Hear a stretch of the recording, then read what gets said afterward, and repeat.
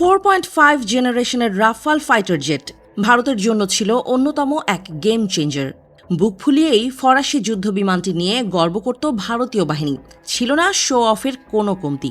কিন্তু সেই গর্ব যেন ধূলিসাৎ হয় পাকিস্তানের সাথে সাম্প্রতিক সংঘাতে, যেখানে তিনটি রাফাল ফাইটার জেট হারায় নয়াদিল্লি। নিজ মুখে যা স্বীকারও করেছে নয়াদিল্লি। এরপরই ব্যাপক ধস নামে রাফাল নির্মাতা দাসো এভিয়েশনের শেয়ারে। উল্টো দিকে পাল্লা দিয়ে বাড়তে থাকে রাফাল বিধ্বংসী চীনা যুদ্ধবিমান J-10C এর শেয়ার মূল্য। ভারত পাকিস্তান সংঘাত ঘিরে ফ্রান্সের এই রাফাল যুদ্ধবিমান নিয়েই অপপ্রচারের অভিযোগ উঠল চীনের বিরুদ্ধে। দেশটির সামরিক ও গোয়েন্দা কর্মকর্তাদের দাবি, নিজেদের যুদ্ধবিমানের বিক্রয় বাড়াতে ও রাফাল রপ্তানির ধস নামাতেই গুজব ছড়াচ্ছে চীনা দূতাবাসগুলো। গোপন এক ফরাসি সামরিক কর্মকর্তার বরাতে এ নিয়ে এক বিশেষ প্রতিবেদন প্রকাশ করে বার্তা সংস্থা AP। ফ্রান্স এবং রাফাল যুদ্ধবিমান কিনতে আগ্রহী দেশগুলোর কাছে অপবাদ রটাচ্ছে সেসব দেশের চীনা দূতাবাসগুলো, এমনটাই অভিযোগ করা হয় প্রতিবেদনে। কারণ হিসেবে দেখানো হয়, চাইনিজ J-10C এর প্রসার বাড়াতেই এমনটা করছে বেইজিং, দাবি প্যারিসের। তবে বিষয়টিকে সম্পূর্ণ ভিত্তিহীন ও গুজব বলে উড়িয়ে দিয়েছে চীন। দেশটির দাবি, ধারাবাহিকভাবেই সামরিক রপ্তানির ক্ষেত্রে বিচক্ষণ ও দায়িত্বশীলতার পরিচয় দিয়েছে বেইজিং, গঠনমূলক ভূমিকা রেখেছে বৈশ্বিক শান্তি ও স্থিতিশীলতা প্রতিষ্ঠায়।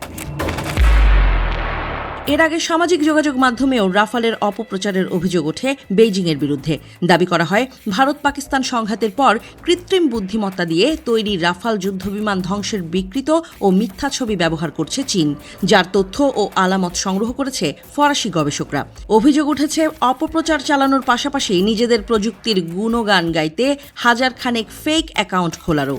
তবে ঘটনাগুলোর সাথে এখনও চীনা সরকারের সম্পৃক্ততার কোনো প্রমাণ খুঁজে পাওয়া যায়নি।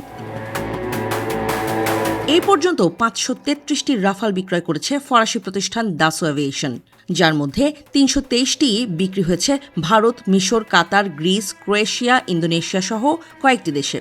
মাল্টি টার্গেটিং নামক বিশেষ ফিচারের কারণে বহু দেশেই বিখ্যাত রাফাল ফাইটার জেট। ভারতীয় বিমান বাহিনীতে 36টি রাফাল যুদ্ধবিমান থাকলেও নৌবহরের জন্য আরও 26টি রাফাল M ফাইটার জেট কেনার ঘোষণা দেয় নয়াদিল্লি। মূলত রাফাল M সংস্করণটি বিশেষভাবে ডিজাইন করা হয়েছে নৌবাহিনীর জন্য, যা রণতরী থেকে সরাসরি উড্ডয়ন এবং অবতরণে সক্ষম।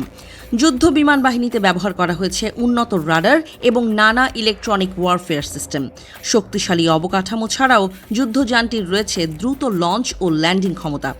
Air to air, air to ground এবং জাহাজ বিধ্বংসী মিসাইল সহ বিভিন্ন ক্ষেপণাস্ত্র ছোড়া যায় রাফালের সাহায্যে। একই সাথে যুদ্ধবিমানটি 40টির মতো টার্গেট শনাক্তে সক্ষম। এছাড়াও এতে আছে বিশেষ সুরক্ষা প্রযুক্তি, যা শত্রুর রাডারকে অনেকাংশেই ফাঁকি দিতে সক্ষম।